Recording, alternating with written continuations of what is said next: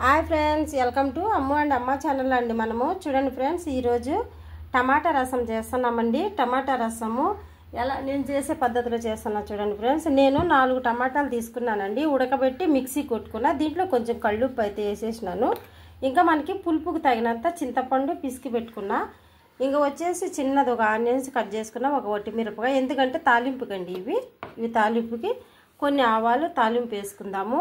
ఇది వచ్చేసండి నేను రసం పొడి అయితే యూజ్ చేయనండి, నేను ఇంట్లోనే ఓన్గా కొట్టుకొని నేను తాలింపు అయితే వేస్తా. ఇవి ఒక 10 మిరియాలు తీసుకున్నా, ఒక 4 తెల్లగడ్డ, కొంచెము జీలకర్ర అండి, ఒక 10 మెంతులు.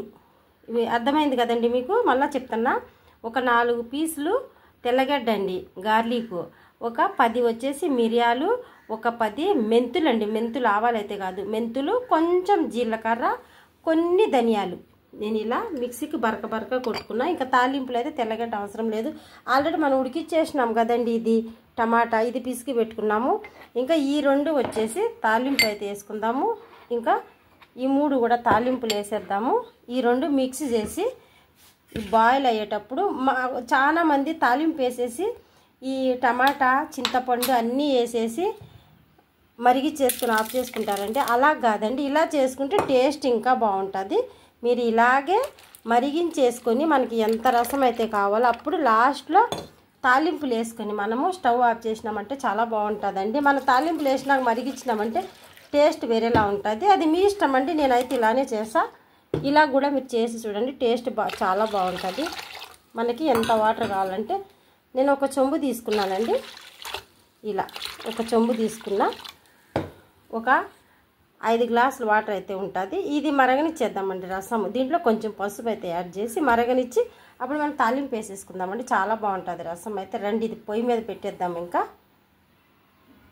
చూడండి ఫ్రెండ్స్, నేనైతే కొంచెం పసుపు, కళ్ళుప్పు, టమాటా, చింతపండు రసము ఇలా మరగనిచ్చి మనం తాలింపు వేసుకోవాలండి. ఇది కొంచెం మూత పెట్టేద్దాం మనము.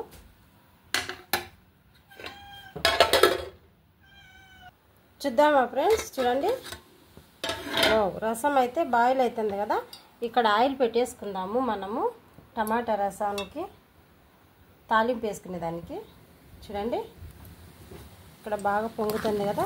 ఇలా బాగా మరగనిచ్చాక మనం ఏం చేయాలంటే తాలింపు వేసేసుకొని బంద్ చేసేసుకోవాలండి. టేస్ట్ చాలా బాగుంటుంది. ఇది చూడండి, ఎక్కువ తిక్కిగా అయితే ఉండకూడదు. ఇలా టమాటా రసము మనము పతలా చేసుకున్నామంటే చాలా టేస్టీగా ఉంటుంది. పతలాగా చేసుకొని మనం ఎక్కువ వేసుకొని తిన్నా కూడా బాగుంటుందండి. ఇలా నేను ఎక్కువ చిక్కగా చేయనండి, నేను ఇలానే చేస్తా. ఇప్పుడు దీంట్లో మనము కొంచెం కొత్తిమీర వేసేద్దాం ఇలా మరిగేటప్పుడు. ఇది మరుగుతుంది కదండి, ఇంకా మనము తాలింపులు వేసేసుకుందాము.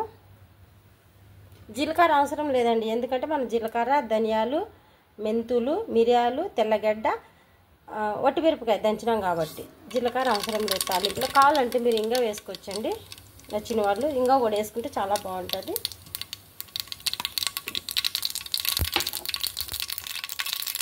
ఇప్పుడు ఆనియన్స్ వేసాం.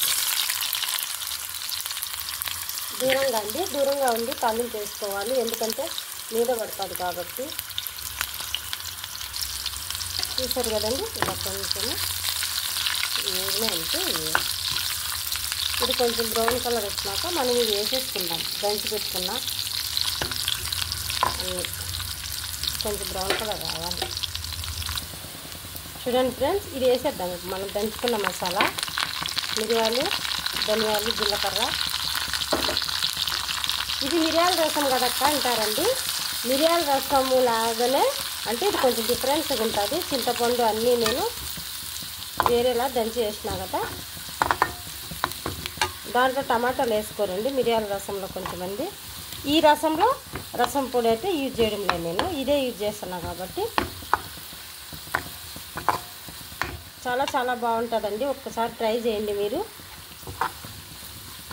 మిరియాలు, మెంతులు అన్నీ వేసినాం కాబట్టి జలుబు చేసేటప్పుడు ఇలా వేసుకున్నారంటే చాలా బాగుంటుందండి.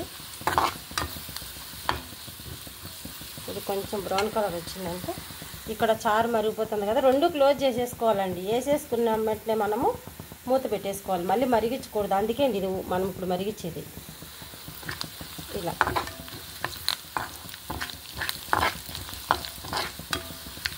కొంచెం బ్రౌన్ కలర్ వస్తే వేసేద్దాం. చూడండి ఫ్రెండ్స్, అయిపోయిందండి. ఒక ఎండుమిర్చి, కొంచెం కరివేపాకు, మిరియాలు, జీలకర్ర, మెంతులు అన్నీ వేసి మనం తాలింపు వేసేసుకున్నాం కదా, అంతేనండి. చూడండి, ఇంకా ఇది క్లోజ్ చేసేసుకుందాము. ఇంకా మనము రసం కూడా క్లోజ్ చేసేసుకుందాం. ఇప్పుడు మనం ముందుగా వేసుకుని తాలింపు ఉంది కదా, ఇలా రసంలో వేసేసుకొని ఆవిరి పోకుండా మనం ఒక్క నిమిషం మూత పెట్టేసుకుందాం.